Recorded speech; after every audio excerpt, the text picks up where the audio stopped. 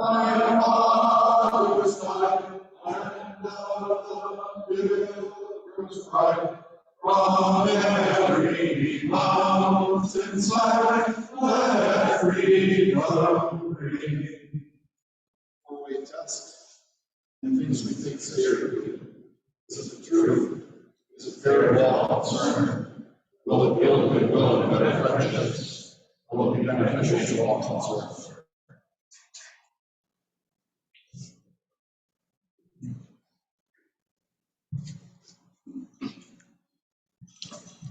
In the Eastern Christian Church, Easter comes about a week later than ours. Up.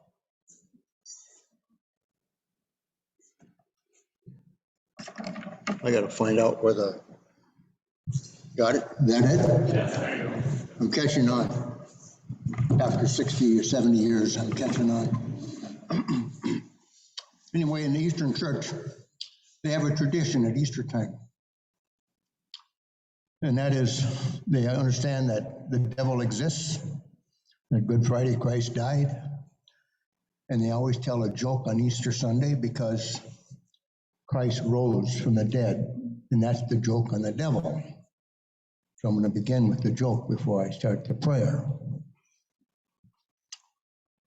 Sunday school teachers asked, what's the first thing Christ said when he rose from the dead? The little girl raised her hand, I know. And the teacher called on her and she says, I know. What was it? Ta-da!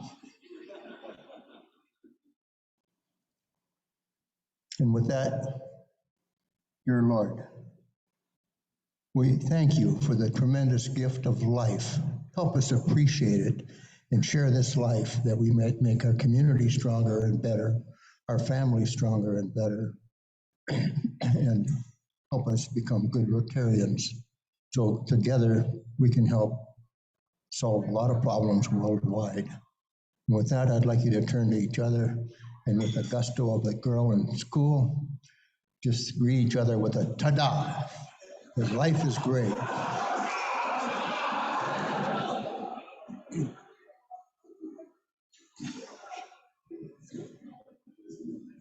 Thank you so much, Buford. Any visiting Rotarians or guests today? I don't think I saw anybody. Anybody have a guest? Welcome, club members. Rotary announcements. I think we have a couple of Rotary announcements today. Rotary, come on up. Yep.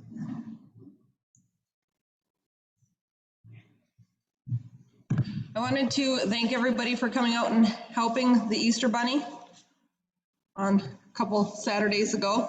I very much appreciate that.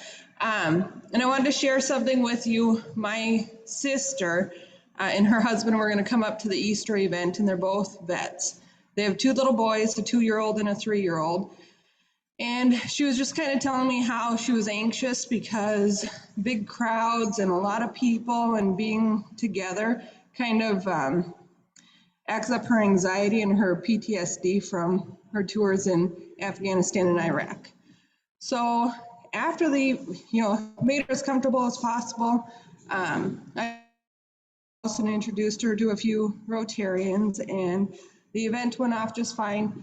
I followed up with her after that, and she said, it was amazing. She goes, I've never been to an event where I felt so welcomed and people were so kind. She goes, we just walked up and this man approached us and said, hey, welcome to the Rotary Easter egg hunt, gave a short timeline of events, kind of told her where to go. And she said that just eased any anxiety that she had, and she had never felt so welcomed and informed about what was going on. She said normally you have to kind of show up and figure it out on your own. So between a description from Ashley of this man who helped her and Paula, it was actually Paula Sibuzar who greeted them. So just kind of the impact that we have. A lot of times we look at the big picture, but we're making impact on these little one-to-one conversations with people, just welcoming to an event. So thank you, Rotarians, for being you.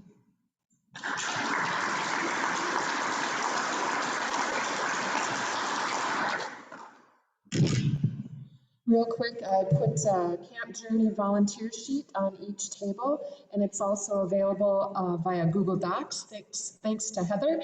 So if you have some time that you could sign up to be a volunteer at Camp Journey the weekend of May 20th through the 22nd, we'd greatly appreciate it. And if you can only be there for a short time, just put a note behind your name if you can only be there for whatever, an hour. Thank you so much.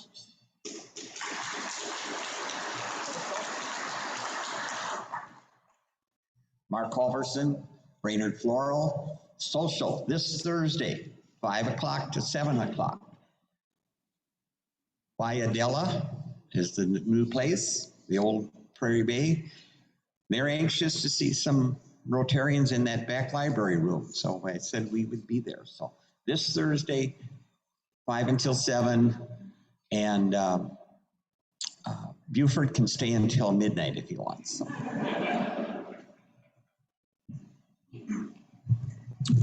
Great, thank you, Mark.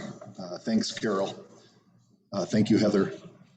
Other announcements, other opportunities for fellowship through service. We have a ditch pickup coming up on May 17th. That's another one to keep an eye out for, just a few days away from Camp Journey.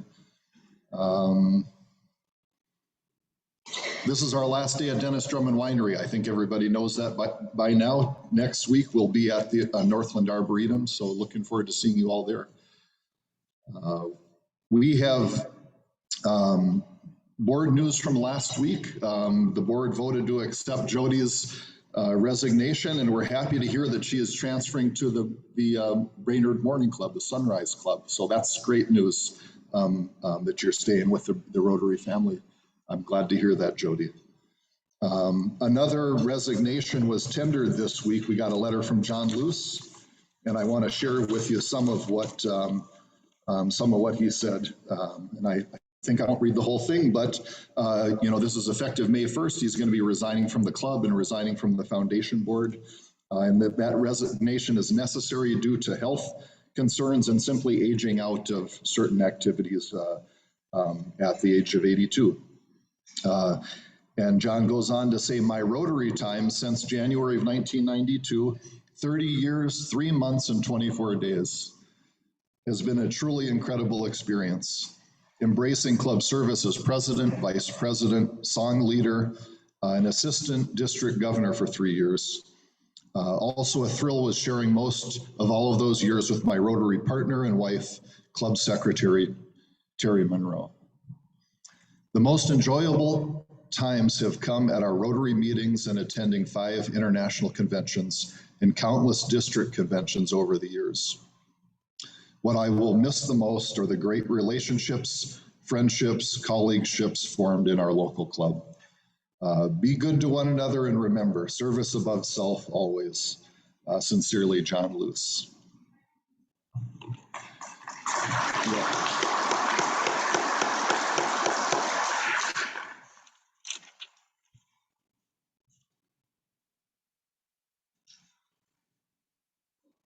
Lee, did you have an announcement?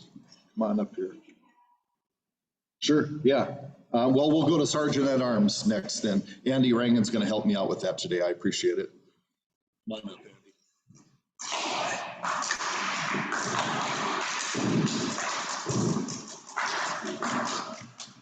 I know you've all missed me from my days of Sergeant at Arms a little while back. I hope you're ready today. I like to play this technology angle into the Sergeant at Arms when we do that. And so, how many of you all, maybe some of you will see, how many of you all play Wordle on a daily basis? Pretty fun game, right? Now remember, is the truth. Okay? If you've ever solved it in one try, that's $5. I didn't figure. If you have failed to solve it once in the last week, that's $1. And if you haven't played Wordle, I would highly encourage it. It's a once a day thing. It's super easy, super fun. Been a really great kind of family thing and a lot of fun. Just Google it. New York Times just bought, this kid started it in the UK, I think, and New York Times just bought it from him for like $3 million. And you can only play once a day and guess a 5-letter word. Super simple, and you can share it with text right after. And Really fun. So check that out. There's also Worldle, which is I've found to be almost impossible, which is it shows you a country on a map and you have to guess, or a country from the map, and you have to guess the country. You get 6 tries on Worldle, and it is really hard. Turns out there's a lot of countries I never even knew existed, but it's kind of been entertaining. So check that one out too. Little quick quiz. I'm gonna, if you answer, this is gonna be a little unique. If you answer correctly, you have to pay $1. Which I just feel like if otherwise it's too hard to keep track of which tables haven't and all this kind of, and look at poor Dave, he's gonna be all by himself there otherwise. So we'll say if you have the answer and you get it out first, just throw $1 in, and it's again, is it the truth? So stay honest here. All right, well, we're going to start by naming off the most recent company that Elon Musk purchased. Twitter. Just a quick $44 billion, you know, if you got it, I mean, you may as well just throw that out there. In the tech world, watching this happen has been absolutely crazy to watch. Just kind of for everybody to understand where that comes from, there's actually quite an interesting mass exodus anticipated of employees from there. So the workforce from there is largely to leave because they get incentivized by stock options and it's going private. So the majority of their top workforce will be leaving. We're going to go down the list. What's another one of Musk's companies? Every time you get one right, you just might want to hold off. You can win as many times as you want here. As many times as you want. All right. He's also the CEO of Tesla. Let's go. Another one that he's the CEO of. Formerly PayPal, but you can pay $1 for that too. SpaceX. Yep. All right, keep going. Keep going. There's a few more. Tesla was already said, but you can pay $1 too. You got it right also. What's that? Not Chevrolet. You don't even have to pay $1 for that yet. I'll give you a hint. It involves satellites, not launching them up. Starlink, you could have paid another $1. All right, another one. Another company that Musk is the CEO of. It's kind of a boring one. Anybody have any guesses? I gave you a really good hint just now. It's the opposite of satellites. It's underground. Nobody knows? Nobody knows? The Boring Company. He's also the CEO of the Boring Company. See, it's a boring thing, but it's the Boring Company. So they're building a Hyperloop, and they're all about, they're building a huge project in California and Los Angeles underground. So he's also the CEO of that. And then one more, anyone? I mean, we didn't get the Boring Company. Any other one? One more company that he's the CEO of. Neuralink. It's the interface for interfacing computers to directly to human brains. That's another company that he's the CEO of. So as if he wasn't busy enough with all these other companies, he's decided to throw his hat in on Twitter, which will be, I'm sure, entertaining if nothing else. So with that, I'm just going to go break there. Thanks, everyone, and happy dollars. Go ahead.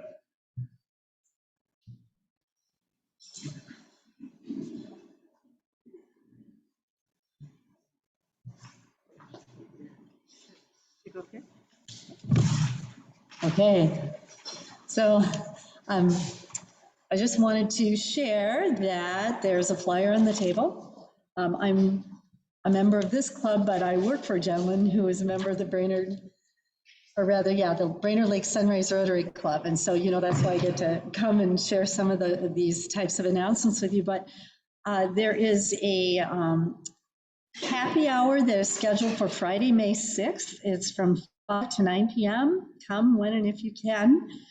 Noon Sunrise and Central Rotary Club members and their friends are invited to come to attend. The fundraising goal is 100% of the fees will go to charities. The location is going to be at the pub on Red Sand, and that's the home of Gary and Lisa Walters, where they're donating all of the beverages. There's going to be lots of adult beverages, scotch, bourbon, 200 plus whiskeys, wines, cocktails, etc.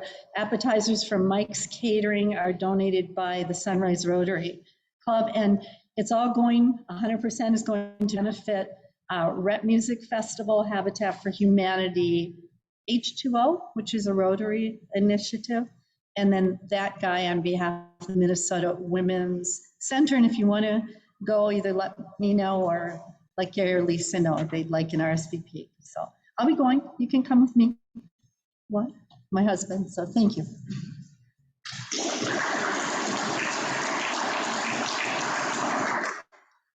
Tomorrow, 47 years of marriage to my beautiful wife.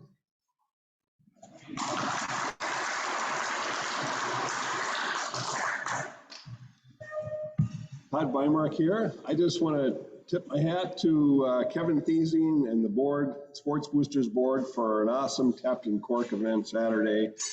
Great crowd, great beer. Just it was great to see everybody out in public again without a mask on. And so Kevin, thanks for all your hard work on that. It was a great job. Appreciate all your work on it.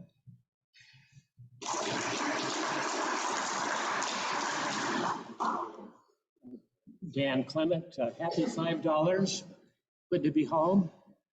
Not sure I came back at the right time. Great to be here. Well, I swear I had a $10 bill in my wallet before I came to Rotary, but it's not in there. And I remembered that I went through Little Caesars drive-through pizza. And so I'll put extra money in next week, but I just couldn't let this one go. Our 6th grandchild arrived this past week, Jade Jeannie DeMars in Bismarck. 5 granddaughters now and 1 grandson. So we're really proud of it.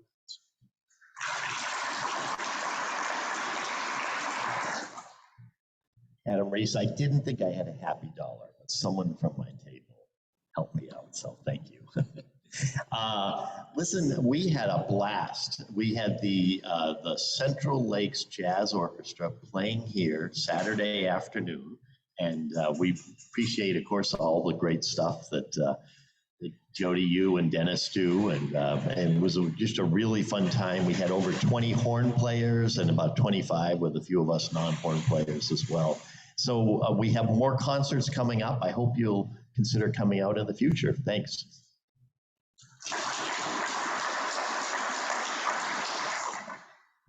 I've got $5 here because I forgot last week to ask you the question. Honestly, can you answer? Did you know that last Friday was Earth Day? Right? Those who didn't know that, put in $1. Is that okay? So the goal is to make every day Earth Day. You know, choose conservation in your life. Thank you.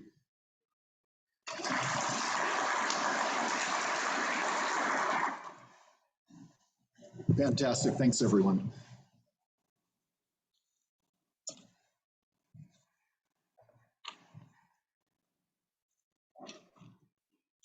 One thing I wanted to mention about John, you know, I've been giving Rod a hard time. Rod Osterloh sponsored 3 of our current club members into the club. Brett was one, Tim Ramerth is one, Jeff Burks is one. And I kept waiting for John Luce to attend a meeting. I wanted to find him too, because he was the one who sponsored Rod into the club. So in case you didn't know it, Brett and Jeff and Tim Ramerth, you are the Rotary grandbabies of John Luce. Our presenter today, is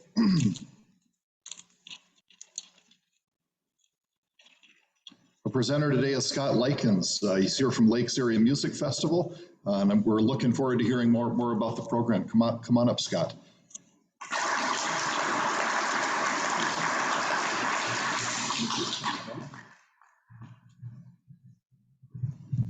Thank you all very much. I see a lot of festival supporters and business sponsors and festival friends. So good to see you all. For those of you who haven't been to our festival concerts, we would love to invite you to join us this summer. The Lakes Area Music Festival connects the nation's best performers and audiences through excellent classical music performance and inspiring education. And today I'm going to talk a little bit about our history and where we've come from, and then focus on our upcoming activities as well as ways to get involved.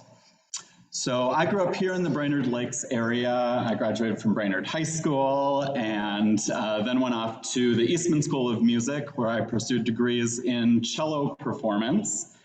And during the summer of 2009, I invited a few of my colleagues from school to come here. We all waited tables out at Lost Lake Lodge and enjoyed hanging out on the lakes and going to Zorba's as 21-year-olds. And in that process, decided to put on a few informal concerts and invited some friends from school and from the Minnesota Orchestra and St. Paul Chamber Orchestra. And by the end of that summer, we had 300 people packed into Lutheran Church of the Cross in Nisswa. Very excited about what we had going on, and we decided, let's make this an annual thing and continue it in the future. Every year since then, we've grown substantially. We added opera productions, ballet, community outreach initiatives, and developed education programs for audiences of all ages. More recently, as we celebrated our 10th anniversary season in 2018, we helped to inspire voters to support the school district referendum, making possible the Gitche Center for the Arts at Brainerd High School. In 2020, like all performing arts organizations and many businesses, we were hit by COVID, but we were one of the first and only music festivals in the country to produce a full season of concert activities, streaming online and being viewed by over 60,000 people worldwide. And last summer, we introduced our inaugural music director, the German conductor Christian Reif, and we had an extraordinary season planned showcasing the Gitche Center and our festival musicians. As many of you know, that season was cut short after 2 of our artists tested positive for COVID right at the beginning of the Delta variant. And with all those unknowns, we cut down short. Since then, though, we have more than doubled our winter programming. We've had 8 concerts so far and 1 coming up on our winter series. And earlier this month, we announced our plans for the summer season. So I put some of these out on all of your tables. Feel free to grab those and bring them home. But this summer, our season will feature over 40 activities from late June to late August. We'll be bringing back 3 programs this season, which we have been on a hiatus during COVID. Our kickoff to the season is our summer solstice fundraiser, which will be moving to Madden's this year, featuring a quartet of opera singers and dinner at the beautiful pavilion at Madden's.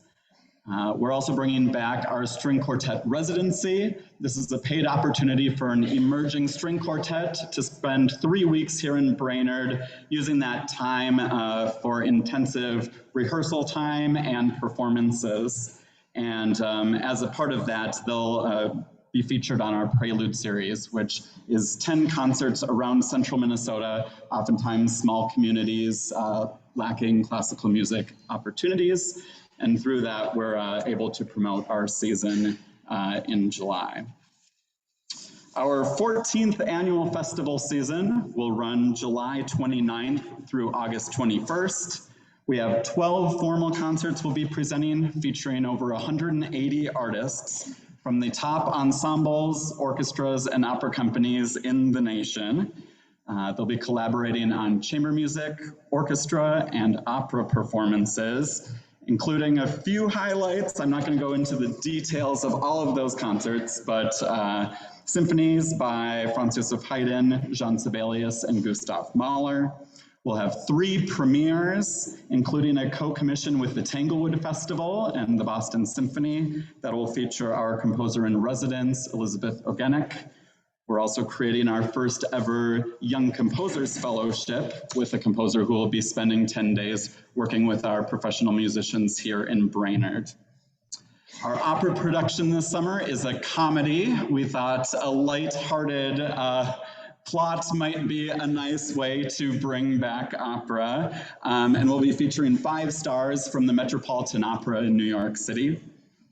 We have 3 Steinway artists engaged for this season. Steinway artists are kind of the pinnacle of piano professionals who perform exclusively on Steinway pianos. Dutch Cragen recently donated to enable the school district to buy a newly rebuilt 9-foot Steinway Model D piano. So we'll be featuring that throughout our season. And in addition to those formal concerts, we do a number of casual classics events, as well as community outreach, where we bring our musicians out of the concert hall and into the community.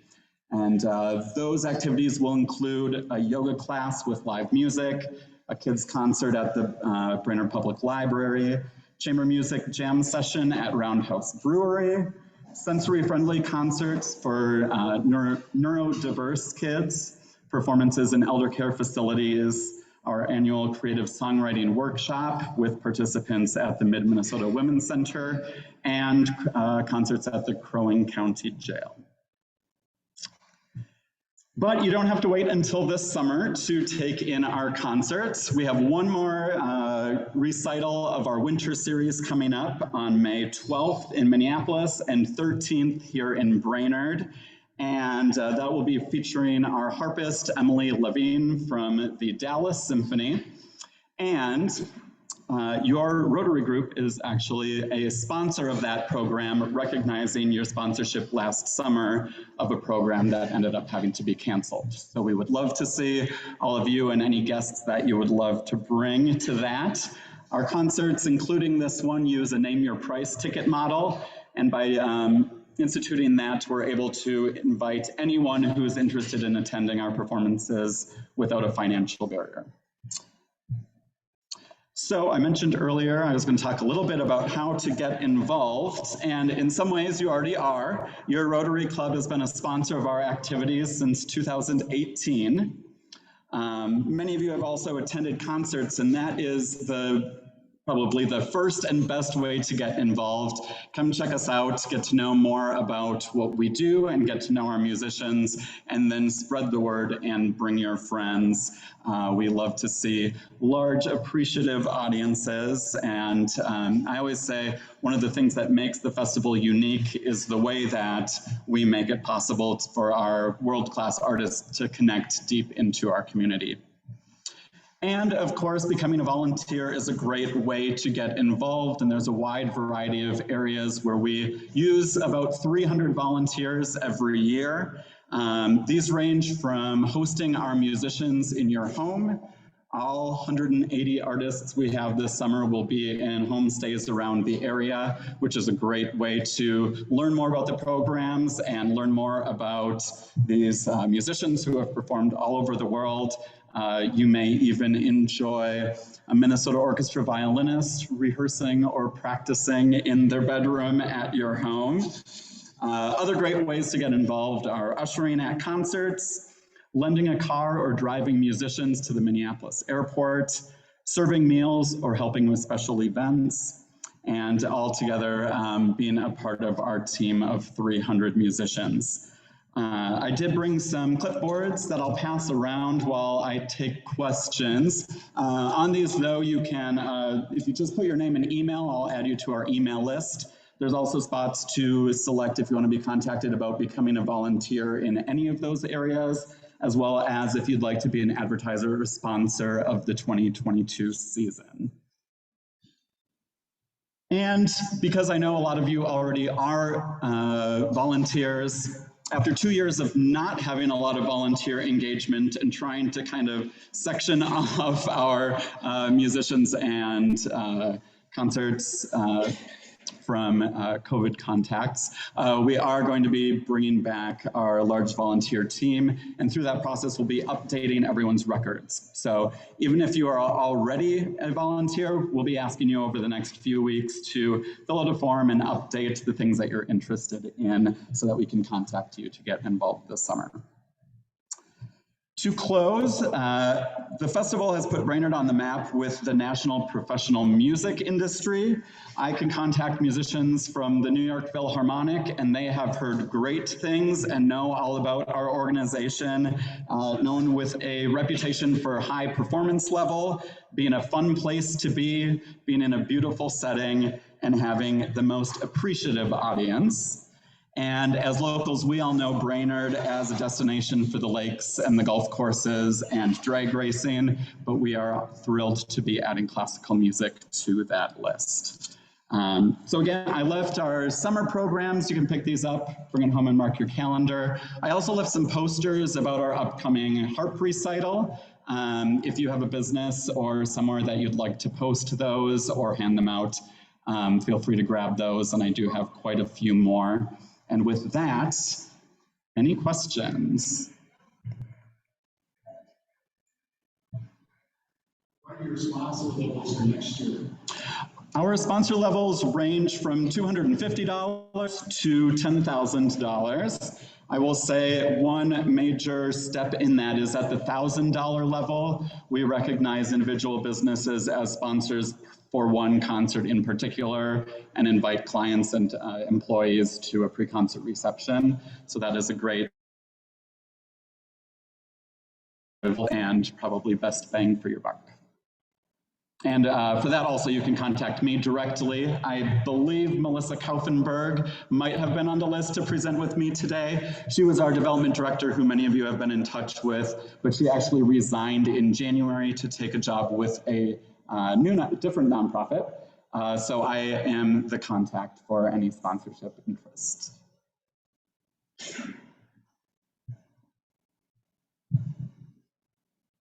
So, Scott, I don't know if this is a question or a comment, but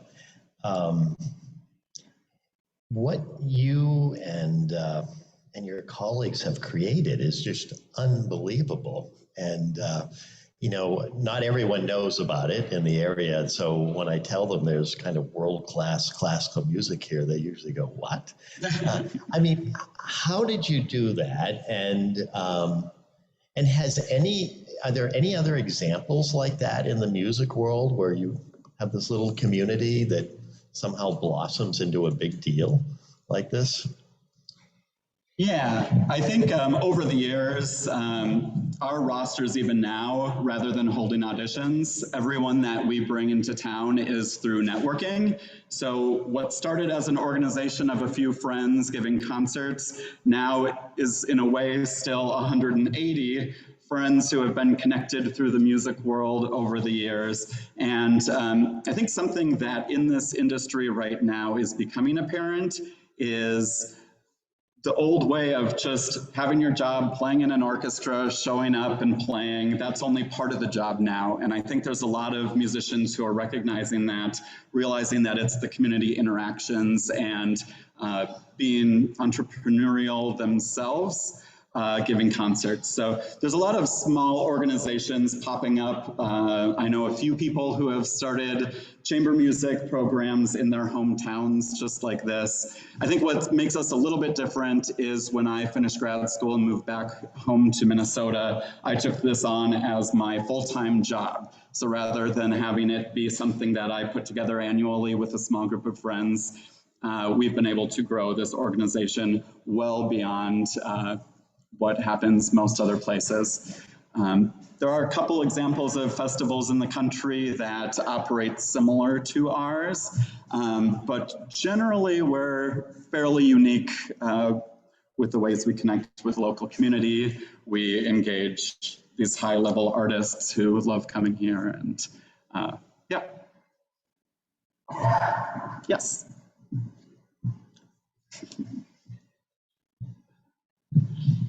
Scott, I know this is your full-time job, and just to say how much I appreciate what you've done, it's absolutely amazing, the music, but do you get an opportunity on a personal level to do very much performing with other orchestras and things like that? Yes, I do. Good question. And when I started the festival, it was largely an opportunity for me to play. I was recently, well, actually, I had just finished undergrad when we founded the festival. But in the first years, I was playing on almost every piece. I was picking my favorite repertoire that I've always wanted to play, and I was hiring extraordinary musicians that I would get to play with. So at the beginning, it was largely motivated by experiences for me. Now that we've grown so much as an administrator, I usually take the summers off from performing and actually enjoy being able to take in the performances rather than be distracted while I'm playing and trying to think about all kinds of other things. During the year, though, I am a member of the South Dakota Symphony as well as the Duluth Superior Symphony. And so usually about two weekends a month, October through May, I'm on the road performing with one of those orchestras. So tomorrow I'm heading to Sioux Falls to play Strauss's Also Sprach Zarathustra. And then I think I'm putting the cello in the case for a few months as we lead up to this season. I didn't see any reference to the Heartland Symphony Orchestra. Is there some involvement with HSO? There were in our early years, we had a community concert during the summertime where not the full orchestra because they're off during the summer, but a lot of the musicians did participate. Now I think that we don't have any formal ties with the HSO, although I have been in contact with their conductor, who is hoping to sit in and learn a little bit from our conductor. But now I think we're more of an opportunity for members of that community ensemble to come and be inspired by the very best people on those instruments. Well, I'd like to put in a plug for the HSO. I went to their last concert. Anybody else here go to their concert? The Dutch was there. It was awesome. They are doing so well. So if you can get them to do a concert sometime next year or beyond, I'd really recommend that.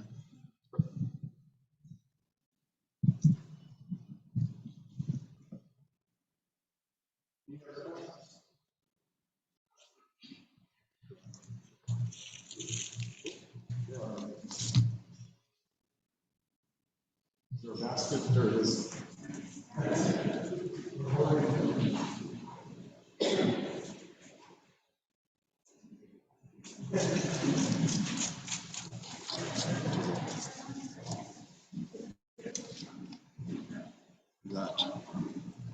Wait a minute, Mike Burton? Thanks for being with us, Brian. Thank you very much.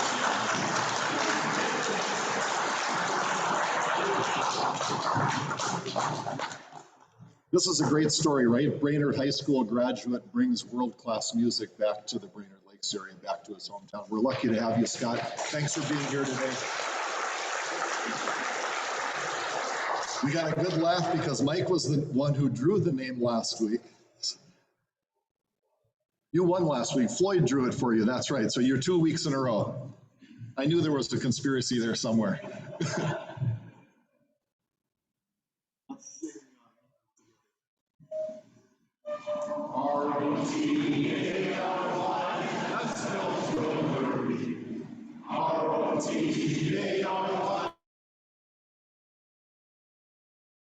North to south, from east to west, one prophet supposed to serve is the best. R-O-T, they are one, that spells Rotary.